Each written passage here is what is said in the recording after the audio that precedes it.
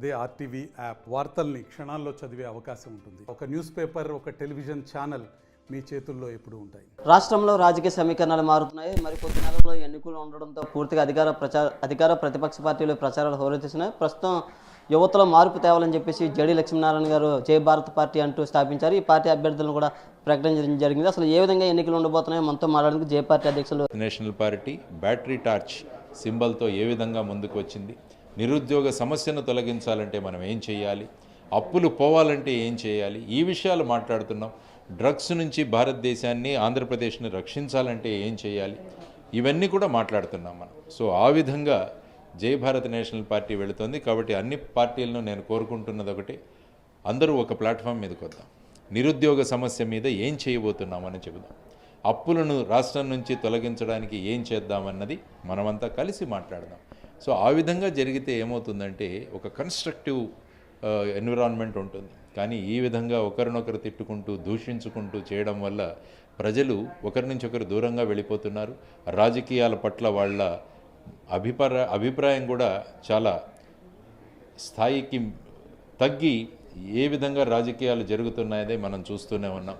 ఒక పార్టీలో ఉన్న వాళ్ళు ఇంకొక పార్టీకి వెళ్ళి సీట్లు తెచ్చుకోవడం, రాత్రి వరకు ఆ పార్టీని తిట్టిన వాళ్ళు ఉదయం వెళ్ళి మళ్ళీ ఆ పార్టీలోకి వెళ్ళి వాళ్లకు సీట్లు ఇవ్వడం, ఎన్నో సంవత్సరాలుగా ఒక పార్టీలో పనిచేస్తున్న వాళ్ళను పక్కనకు పెట్టి ఇప్పటికిప్పుడు వచ్చిన వాళ్ళని సీట్లు ఇవ్వడం, ఇవన్నీ కూడా ఏం చేస్తుందంటే రాజకీయాల కంటే ఒక స్టాండర్డ్ లేదు, రాజకీయాల్లో ఏమైనా చేయొచ్చు అన్న భావనలు తీసుకొస్తే ప్రజలలో ఈ విధంగా మెచ్చుకోరు. అందువల్ల జై భారత్ నేషనల్ పార్టీ ఎప్పుడు కూడా స్వచ్ఛ రాజకీయాలు, కన్స్ట్రక్టివ్ రాజకీయాలు, అందరం కలిసి రాష్ట్రాన్ని అభివృద్ధి ఎలా చేయాలన్నది మనమందరం కూడా ఆలోచించాలని మేము అంటాం. ఆంధ్రప్రదేశ్ రాష్ట్రానికి చూసుకుంటే ముఖ్యంగా మనకు ఇవ్వనిది ప్రత్యేక హోదా. ప్రత్యేక హోదా గురించి అన్ని పార్టీలు అప్పుడు గొడవ పెట్టాయి.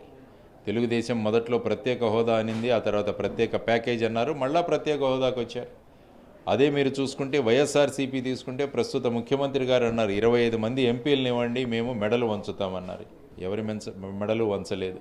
సో ఆ విధంగా తీసుకుంటే మనకు ఏ విధంగా ప్రయోజనం చేయని భారతీయ జనతా పార్టీతో వీళ్ళందరూ వెళ్ళి మళ్ళీ పొత్తు పెట్టుకున్నారు. విభజన హామీలు ఏమీ చేయలేదు. ఉత్తరాంధ్రకు కానీ రాయలసీమకు కానీ బుందేల్ఖండ్ ప్యాటర్న్తో మేము సంవత్సరానికి 50 కోట్లు ఇస్తామన్నారు, అది జరగలేదు. స్టీల్ ప్లాంట్ ప్రైవేటీకరణ ఈ మధ్యలో వచ్చింది, మరి దాని గురించి ఏమీ అడగలేదు. కాబట్టి మన రాష్ట్రానికి ఈ విధంగా అన్యాయం చేస్తున్న పార్టీతో మరి పొత్తులు ఎందుకు పెట్టుకున్నారో అన్నది కూడా ఎక్కడా చెప్పలేదు. ఓకే, పెట్టుకున్నారు. మరి ఆ పొత్తులు పెట్టుకున్న తర్వాత ప్రధానమంత్రి గారి దగ్గర నుంచి ఏదైనా ఒక స్టేట్మెంట్ ఇప్పించగలిగారా? మొన్న చిలకలూరుపేటలో మొట్టమొదటిసారిగా భారతీయ జనతా పార్టీ, తెలుగుదేశం మరియు జనసేన కలిసి మీటింగ్ పెట్టాయి. అందులో ప్రధానమంత్రి గారు ఏ విషయం గురించి కూడా మాట్లాడలేదు. ప్రత్యేక హోదా గురించి మాట్లాడలేదు, విభజన హామీల గురించి మాట్లాడలేదు, ఆ తర్వాత స్టీల్ ప్లాంట్ గురించి మాట్లాడలేదు, రైల్వే జోన్ గురించి మాట్లాడలేదు, పోలవరం గురించి మాట్లాడలేదు. అంతకుముందు పోలవరం అన్నది ఏటీఎం అన్న ఆయన వ్యక్తి ఈ విషయం ఏమీ మాట్లాడలేదు. మరి ఈ విధంగా రాజకీయాలు మారుతుంటే మరి ఏమవుతుంది రాష్ట్రానికి?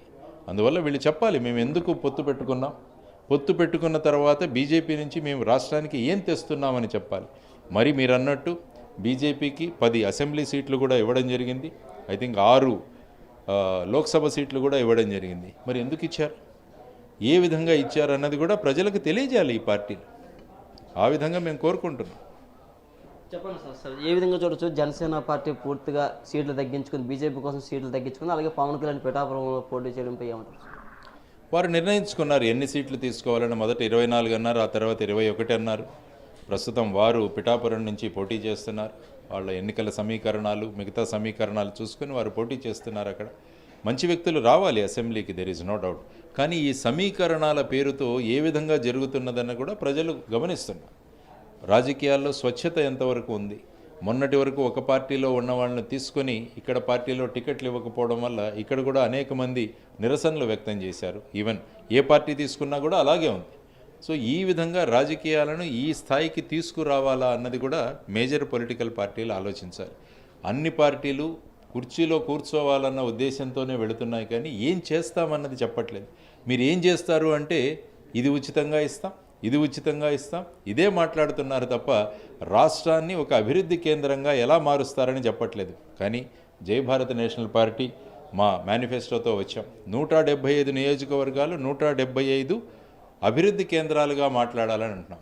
వై నాట్ 175 అన్నారు, మేము కూడా అంటున్నాం 175 నియోజకవర్గాలు కూడా అభివృద్ధి కేంద్రాలుగా మార్చాలి. ఎలా మారుస్తారు? మా దగ్గర బ్రహ్మాండమైన ప్రపోజల్ ఉంది.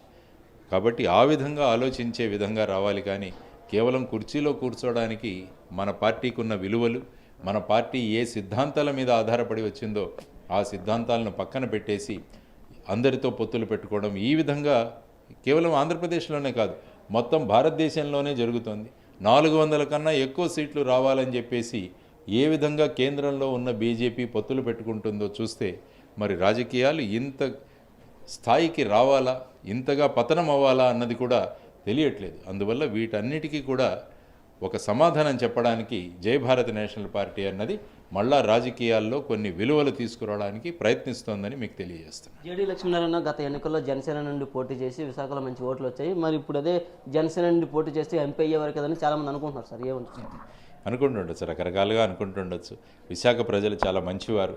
ఎప్పుడు కూడా వారు నాకు పాజిటివ్గా ఆలోచిస్తుంటారు. నాకు మంచి జరగాలి, ఎక్కడో చోట వారి గొంతుకలు వినపడాలి అని విశాఖవాసులు అనుకుంటుంటారు. కాబట్టి వారికి ఎప్పుడు కూడా నేను కృతజ్ఞతలు వ్యక్తం చేసుకుంటుంటాను. అందుకని గతంలో నేను ఇక్కడే పోటీ చేశాను, మళ్ళీ ఇక్కడే పోటీ చేస్తున్నాను. అక్కడ నేను లాస్ట్ టైం ఎంపీగా పోటీ చేశాను. ఈసారి విశాఖపట్నం ఉత్తరం నార్త్లో నేను అభ్యర్థిగా పోటీ చేస్తున్నాను మా జై భారత్ నేషనల్ పార్టీ తరఫున. మా గుర్తు టార్చ్ లైట్. సో ఈ విధంగా ఈ టార్చ్ లైట్ గుర్తుతో ముందుకు వెళుతున్నారు. ప్రజలు కూడా బ్రహ్మాండమైన రెస్పాన్స్ ఇస్తున్నారు. వాళ్ళు సార్ మా గొంతులు వినిపించాలి అని వాళ్ళు అడుగుతున్నారు. ఇక్కడ జరుగుతున్న డ్రగ్స్ కానీ వీటిలన్నింటినీ కూడా మనం సమాప్తం పలకాలి, అది మీరుంటే జరుగుతుంది అన్నది ప్రజలు వ్యక్తం చేస్తున్నారు. కాబట్టి అటువంటి గొప్ప వ్యక్తులు విశాఖవాసులు, వాళ్ళందరి కోసం నేను ఎప్పటికీ నిలబడతాను ఇక్కడే. వాళ్ళ ఆశా భావాలు ఏవైతే ఉన్నాయో, వాళ్ళ ఆలోచనలు ఏవైతే ఉన్నాయో వాటన్నింటినీ కూడా ప్రత్యక్షంగా అవి ఇంప్లిమెంట్ చేయడానికి, ప్రత్యక్షంగా అమలులోకి తీసుకురావడానికి నా శాయశక్తులా నేను ప్రయత్నిస్తానని మీ ఆర్టీవీ ద్వారా నేను తెలియజేస్తున్నాను. ఎన్నికల టైంలో పూర్తిగా కేజ్రీవాల్ కానీ ఇక్కడ కవిత, కేసీఆర్ కానీ ఇలా వీళ్ళని ఇబ్బంది పెట్టడంపై ఏమంటారు? ఎందుకంటే ఈ కేసులు ఎప్పటి నుంచో జరుగుతున్నాయి. అందులో విషయాలు ఏంటి అన్నది ఇన్వెస్టిగేటింగ్ ఏజెన్సీకే తెలుస్తుంది. అందులో ఏ వాళ్ళ మీద గ్రసానికి కారణాలేంటి ఇవన్నీ చూసుకుంటుంటే ఆటోమేటిక్గా రాజకీయ పక్షాలు ఇది కుట్రపూరితంగా చేస్తున్నారని అంటారు. కానీ దీనికి కూడా మీరు చూస్తే ఒకసారి స్టాటిస్టిక్స్ చూస్తే 2014 నుంచి ఇప్పటి వరకు ఎన్ఫోర్స్మెంట్ డైరెక్టరేట్ కానీ ఇతర సంస్థలు కానీ పెట్టిన కేసులు చూస్తే సుమారుగా 90% ప్రతిపక్షాల మీద కేసులు పెట్టారన్నాడు. ఆ తర్వాత ప్రతిపక్షాల్లో ఉన్నవాళ్ళు పాలకపక్షంలో చేరితే ఆ కేసులు అలాగే నిస్తేజమవుతున్నాయి, లేకుంటే నిర్వీర్యమవుతున్నాయి, లేకుంటే కేసులు మూసివేయడం జరుగుతుందని స్టాటిస్టిక్స్తో సహా మనకు చేశారు. కాబట్టి ఇటువంటి వాతావరణం ఎప్పుడైతే ఉంటుందో ఏమవుతుందంటే ఈ సంస్థల యొక్క స్వయం ప్రతిపత్తి మీద, ఇండిపెండెన్స్ మీద డౌట్ వస్తుంది. అందువల్ల ఈ పరిస్థితుల్లో కేంద్ర ప్రభుత్వం ఏం చేయాలంటే ఈ 2 సంస్థల యొక్క కంట్రోల్ దాన్ని తీసుకువెళ్ళి లోక్పాల్ దగ్గర పెట్టాలి అని చెప్పి అందరం కోరుకుంటున్నాం. అంటే ఎప్పుడైతే మనకు అనుమానం వస్తుందో ఆ సమయంలో ఈ సంస్థలను తీసుకువెళ్ళి లోక్పాల్ అనే సంస్థ ఏదైతే మనం పెట్టుకున్నామో దాని కిందకి తీసుకొస్తే ఇటువంటి అనుమానాలు కూడా రావు. ఒకవేళ ప్రభుత్వం వీటిని ఉపయోగించుకునే ప్రయత్నం చేసినా కూడా వాటికి ఎక్కడో ఒక చోట చెక్ పడుతుంది. ఎందుకంటే రాజకీయ పక్షాలు ప్రతిపక్షంలో ఉన్నప్పుడు ఒక రకంగా మాట్లాడతాయి, పాలకపక్షంలో ఉన్నప్పుడు ఒక రకంగా మాట్లాడతారు. మోడీ గారు గుజరాత్ సీఎంగా ఉన్నప్పుడు ఈ సంస్థల గురించి వారు ఒక కామెంట్స్ చేశారు. మరి వారు ఇప్పుడు అలాగే అడుగుతుంటే లేదు ఇవన్నీ కరెక్ట్గానే జరుగుతున్నాయంటారు. కాబట్టి ఆ విధంగా ప్రజలలో అనుమానాలు రాకుండా ఒక ప్రధానమంత్రిగా, ఒక పార్లమెంటుగా ఒక ఖచ్చితమైన నిర్ణయాలు తీసుకునే అవసరం ఉందని నేను తెలియజేస్తున్నాను. కేటీఆర్ ఫోన్ ట్యాపింగ్ పై ఏమంటారు సార్? మొత్తం కుదేలు అయిపోతున్న పరిస్థితి, సెలబ్రిటీలు ఉన్నారు. ఫోన్ ట్యాపింగ్ అన్నది చేయొచ్చు. ఎవరు చేయాలి? భారతదేశం యొక్క సార్వభౌమత్వానికి ఎవరైనా భంగం కలుగజేస్తుంటే, లేకుంటే భారతదేశంలో ఉన్న అంతర్గత సురక్ష అంటే ఇంటర్నల్ సెక్యూరిటీ కానీ, పబ్లిక్ ఆర్డర్ కానీ, భారతదేశం ఇతర దేశాలతో వాళ్ళ సత్సంబంధాలను ఎవరైనా విఘాతం కల్పించడానికి ప్రయత్నిస్తుంటే అటువంటి వాళ్ళ ఫోన్ ట్యాపులు చేయాలి. కానీ భారతదేశ చరిత్రలో చూసుకుంటే ఫోన్ ట్యాపింగ్ చూస్తే ప్రతిసారి కూడా రాజకీయ నాయకుల ఫోన్ ట్యాపులే చేయడం జరుగుతుంది. ఇట్ కంప్లీట్లీ ఇల్లీగల్, చేయకూడదు అసలు. కాబట్టి ఫోన్ ట్యాపింగ్లు చేయడం అన్నది ఇల్లీగల్. ఎవరైతే చేస్తారో వాళ్ళు అనుభవించాల్సింది. ఎప్పుడైతే ఇల్లీగల్ చేస్తామో దానికి శిక్ష అనుభవించడానికి సిద్ధంగా ఉండాలి. ఎందుకంటే చాలామంది రాజకీయ నాయకులు ఏమనుకుంటారంటే ఇంక మనం శాశ్వతంగా ఈ పొజిషన్లో ఉంటామనుకుంటాం. కాబట్టి ఈ విధమైన వక్ర మార్గాల్లో వెళ్ళే ప్రయత్నం చేస్తారు. అది తప్పు.